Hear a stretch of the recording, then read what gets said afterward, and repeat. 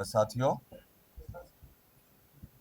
राज्य सरकार की नकल लीक माफिया के खिलाफ में कार्रवाई करते हुए पूर्व में हुए प्रधानाध्यापक व्याख्याता कृषि विज्ञान 2022 जिसका एग्जाम 2022 में हुआ था, उस पेपर में गड़बड़ियां हुई थी।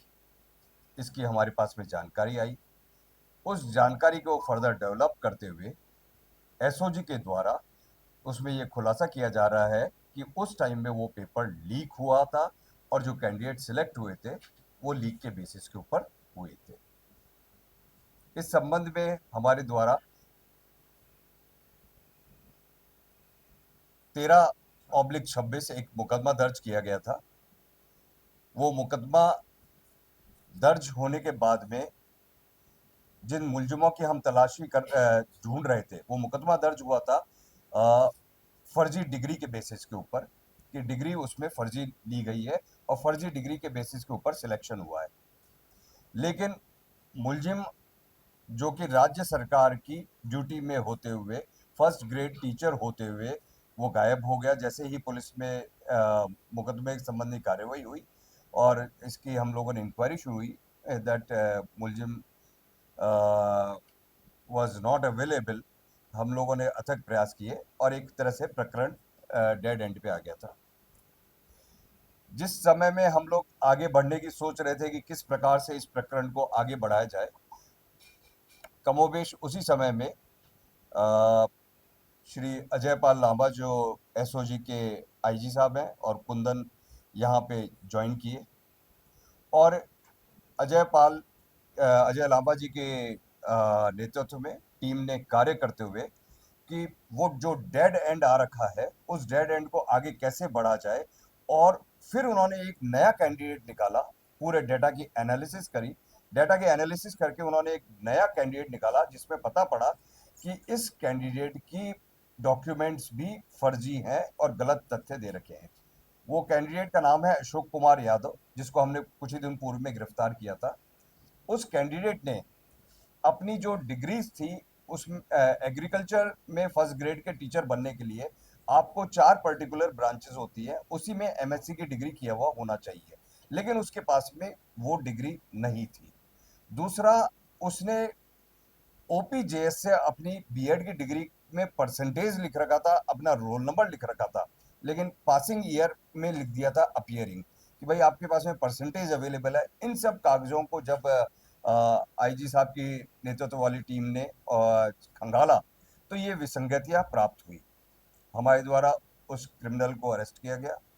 उस अशोक कुमार यादव को गिरफ्तार करने के बाद में पूछताछ की गई। पूछताछ में उसने स्वीकार किया कि हाँ, उसके द्वारा ये फर्जी डिग्रियां और ये फर्जी चीजें प्राप्त करी गई है। लेकिन इसमें सबसे इम्पोर्टेंट चीज ये रहा, जो एसओजी की टीम है जिसमें आईजी साहब, डीआईजी परिस और साथ में कुंदन, इन तीनों ने मिलके रात रात को बैठ के ये चेक किया कि इस आदमी के मार्क्स में बड़ी डिस्क्रिपेंसी आ रही है कि इसके जनरल स्टडीज के मार्क्स तो बहुत ही कम आ रहे हैं, मतलब कि करीब 35% 40% आ रहे हैं, जबकि जो सब्जेक्ट है इसका एग्रीकल्चर जिसकी इसके पास में फर्जी डिग्री है उसमें ये टॉप कर रहा है और ऑल इंडिया पे ये थर्ड टॉपर, ऑल राजस्थान में ये थर्ड टॉपर बना है। तो इस चीज को देखते हुए ये डाउट हुआ कि जरूर कहीं ना कहीं पे पेपर लीक है। उसके ऊपर उससे गहनता से पूछ हुई। उसने फिर एक्सेप्ट किया कि विनोद रेवाड नाम के एक क्रिमिनल है जो पेपर लीक सरगना का मेंबर रहा हुआ है। उसके माध्यम से वो विनोद रेवाड शेर सिंह उर्फ अनिल अनिल उर्फ शेर सिंह के मीणा के गैंग का एक सक्रिय मेंबर है। उससे इसने ये पेपर 7 लाख रुपए में प्राप्त किया था और पेपर पढ़ के वो उसने अपने एग्जाम दिया था। चूंकि उसको सामान्य ज्ञान, जनरल स्टडीज का पेपर नहीं मिल पाया, तो इसलिए सामान्य ज्ञान में तो उसके नंबर बहुत कम आए और दूसरा वाला पेपर उसके पास में अवेलेबल था तो उसने उस पेपर को पूरा शानदार किया और टॉप रैंक उसने, थर्ड रैंक पूरे राजस्थान में हासिल करी। इसके बाद में हमारा जो ऑफिसर्स हैं उनका ध्यान फिर विनोद रेवाड, शेर सिंह और शेर सिंह के ऊपर की कड़ियों की तरफ गया। इसी क्रम में सबसे पहले विनोद रिवार्ड के लिए टीम्स बनाई गई। एसपी एसओजी कुंदन कावरिया और उनके निर्देशन में पूरे राजस्थान में जगह जगहों के ऊपर रेड थी और जानकारी हासिल करी गई। उन्हीं जानकारी में शेर सिंह का और विनोद रिवार्ड का, जो हमारे पास में पहले इंफॉर्मेशन थी कि ये दोनों साथ में है, वो चीजें पुख्ता एक तरह से एस्टेब्लिश हुई। उन चीजों का एस्टेब्लिश होने के बाद में हमारा कंसंट्रेशन हुआ कि शेर सिंह को लेके आया जाए। शेर सिंह को सबसे पहले पुलिस ने आज के 4 दिन पहले लिया हिरासत में और उससे गहन पूछताछ की गई। उस पूछताछ में अनुसंधान अधिकारी चिरंजी लाल मीणा तथा सलेह मोहम्मद, वो दोनों लगे रहे और उन्होंने एक एक बिंदु के ऊपर उससे पूछताछ करी गई तथा सीनियर लेवल के ऊपर आईजी साहब व एसपी साहब ने, दोनों ने उनसे पूछा, बहुत सारे तथ्य डेवलप करे। उन तथ्यों के डेवलप होने के उपरांत में यह ज्ञात हुआ कि यस, ये पेपर आउट हुआ था और सबसे इसमें खास बात रही कि ये पेपर निकला था बाबूलाल कटारा, जो तत्कालीन आरपीएससी के मेंबर थे। आरपीएससी तक इसके तार पहुंचने पर और बाबूलाल कटारा के तक तार पहुंचने पे हमारे द्वारा बाबूलाल कटारा को गिरफ्तार किया गया है। बाबूलाल कटारा के गिरफ्तारी के उपरांत में उनसे गहन पूछताछ करी जा रही है। पूछताछ में तरह तरह के जानकारियां प्राप्त हो रही है। मेन चीज कि बाबूलाल कटारा द्वारा स्वयं द्वारा क्या क्या गड़बड़ियां करी गई उसके बारे में जानकारी। इसके अलावा उनके कार्यकाल के दौरान जो उन्होंने स्वयं ने नहीं करी हो लेकिन उनकी नॉलेज में हो कि और क्या क्या गड़बड़ियां हुई है, उनके बारे में सारी इंफॉर्मेशन एकत्रित करी जा रही है। उस एकत्रित इंफॉर्मेशन के बेसिस के ऊपर फर्दर एसओजी कार्रवाई करेगी। इसी क्रम में एक और बहुत चौंकाने वाली जानकारी भी आई। जब बाबूलाल कटारा से हमारे ऑफिसर्स ने पूछताछ करी, उस पूछताछ में बाबूलाल कटारे ने एग्री किया कि साहब ये मेरे से गलती हुई, ये मैंने 60 लाख रुपए के में इस पेपर का शेर सिंह को देना, शेर सिंह मेरा पुराना परिचित है, उसको देना स्वीकार किया। उसके साथ में उसने एक और विशेष चीज बताई कि इसको पेपर को देने का मेरा दो पर्पस थे शेर सिंह से जानकारी का, कि न केवल पैसे कमाना, लेकिन उनका भांजा विनोद दामोर जो उनके साथ में रहता था, विजय दामोर, विजय दामोर जो उनके साथ में रहता था, उसको सेलेक्ट करवाना। यह एक सबसे बड़ी इंपॉर्टेंट चीज इसमें यह और जानकारी आई कि विजय दामोर ने भी फर्स्ट ग्रेड का एग्जाम का पेपर भरा था टीचर का, लेकिन उसका सब्जेक्ट ज्योग्राफी था, भूगोल शास्त्र। भूगोल का पेपर बाबूलाल कटारा द्वारा नहीं बनाया जा रहा था, तो उनके पास में इस पेपर की एक्सेस नहीं थी और वो अपने लेवल पे विजय दामोर पास होने लायक नहीं था। तो उन्होंने शेर सिंह से ये डील करी कि मैं तुमको ये पेपर दूंगा और लेकिन साथ में एक और शर्त रहेगी कि तुम विजय दामोर के लिए भूगोल एवं जनरल स्टडीज का पेपर लेके आओगे। तो वो डील उनकी एस्टेब्लिश हुई। उन्होंने कहा कि ठीक है, हम ये वाला पेपर आपको प्रोवाइड करवा देंगे आपके बच्चे के लिए और आप हमको ये दें। उस क्रम में विजय दामोर के पास में पेपर प्राप्त हुआ था। पेपर का फिर कैसे क्या हुआ उसमें हमारे आईजी साहब व एसपी साहब दोनों कंटिन्यूसली छुट्टियों के दिन भी लग के इंटरोगेशन कर रहे हैं कि आखिर किस प्रकार से वो पेपर प्राप्त हुआ, आगे कैसे उसमें क्या हुआ और पूरा ये मैकेनिज्म क्या है, किस और क्या क्या आरपीएससी में गड़बड़ियां हुई हैं, उसके बारे में जानकारी एकत्रित करी। सर, अभी तक ये पता लग पाया क्या बाबूलाल कटारा की आरपीसी में एंट्री हुई कैसे, पूछताछ में निकल पाया कि वो पेपर बने कैसे? बाबूलाल कटारा जी से एक एक बिंदु के ऊपर कि क्या क्या उनके द्वारा गड़बड़ियां करी गई है, क्या क्या उनके सिस्टम रहे हैं, क्या क्या उनकी जानकारी में है, समस्त बिंदुओं के ऊपर बड़ी ही गहनता के साथ में अनुसंधान किया जा रहा है। यथा आवश्यकता, जहाँ पे आवश्यकता पड़ रही है वहाँ पे जिस भी व्यक्ति का जो भी साइमल्टेनियसली नाम आ रहा है, तो उनसे भी उनको सामने रख के बातचीत करी जाए। सर, विनोद रिवार्ड भी गिरफ्तार है? सर, स्पेसिफिक नहीं, विनोद रिवार्ड अभी तक गिरफ्तार नहीं हुआ है। उस शेर सिंह को गिरफ्तार कर लिया इससे ये पता लगा है कि उसने जो है पेपर बाबूलाल की तरफ। कटारा से हासिल किया 60 लाख और उसके साथ क्वेश्चन है, बाबूलाल कटारा मेंबर बना कैसे था आरपीएस?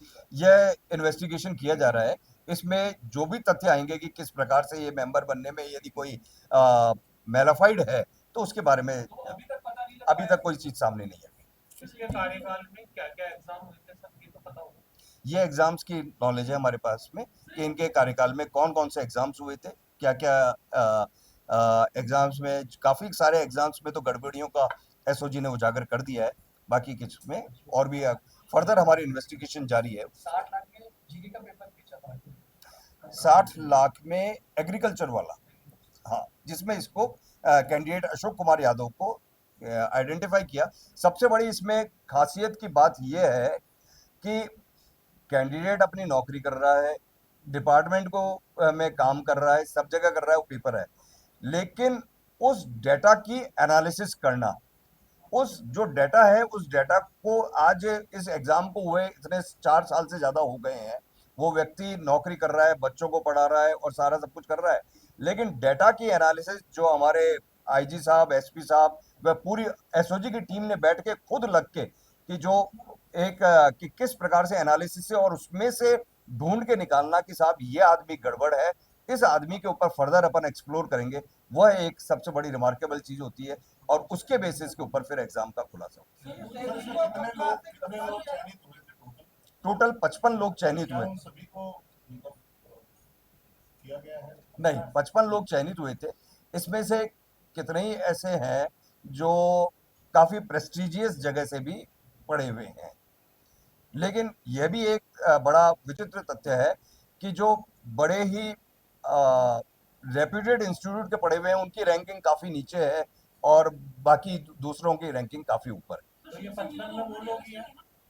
सर ओपीजेएस की जो डिग्रियां है, ओपीजेएस के जो सर्टिफिकेट है, ये इस तरह के तो इसमें जो पीटीआई भर्ती है इसमें भी काफी है, इसमें भी मतलब हंड्रेड्स ऑफ सर्टिफिकेट्स।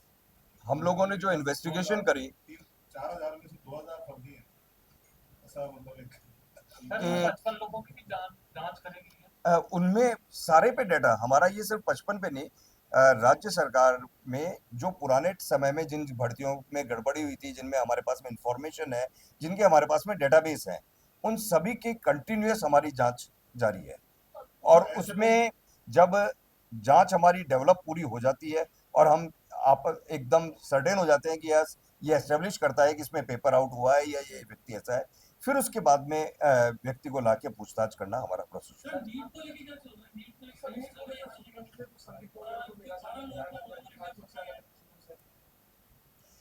नीट के एग्जाम्स को लेके जो तरह तरह की भ्रांतियां हैं उसमें मैं आपको बताऊं, एक गैस पेपर है, गैस पेपर में करीब 410 क्वेश्चंस हैं।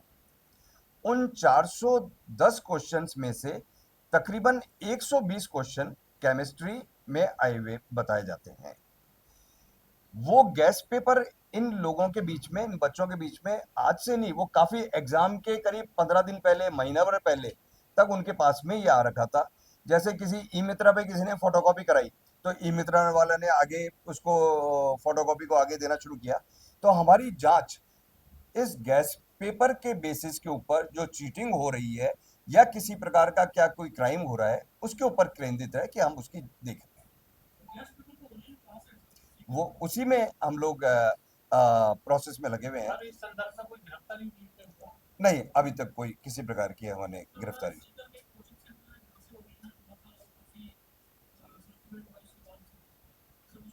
ऐसा हमारी जानकारी में नहीं आया है कि हमने काफी लोगों से बातचीत करी है कि किस जगह से ओरिजिन हुआ है, कहाँ से क्या हुआ है, लेकिन जो बच्चे जो एग्जाम्स दे रहे थे उनके पास में उनके व्हाट्सएप पे, उनके उसके मोबाइल के ऊपर इसका ट्रेवल होना पाया गया है। तो उनके बेसिस के ऊपर हम लोग कड़ी से कड़ी बढ़ाते हुए, इट्स ए लेबोरियस और पेनफुल प्रोसेस, तो हम सभी लोग उस अधिकारी उसमें इन्वॉल्व थे सर।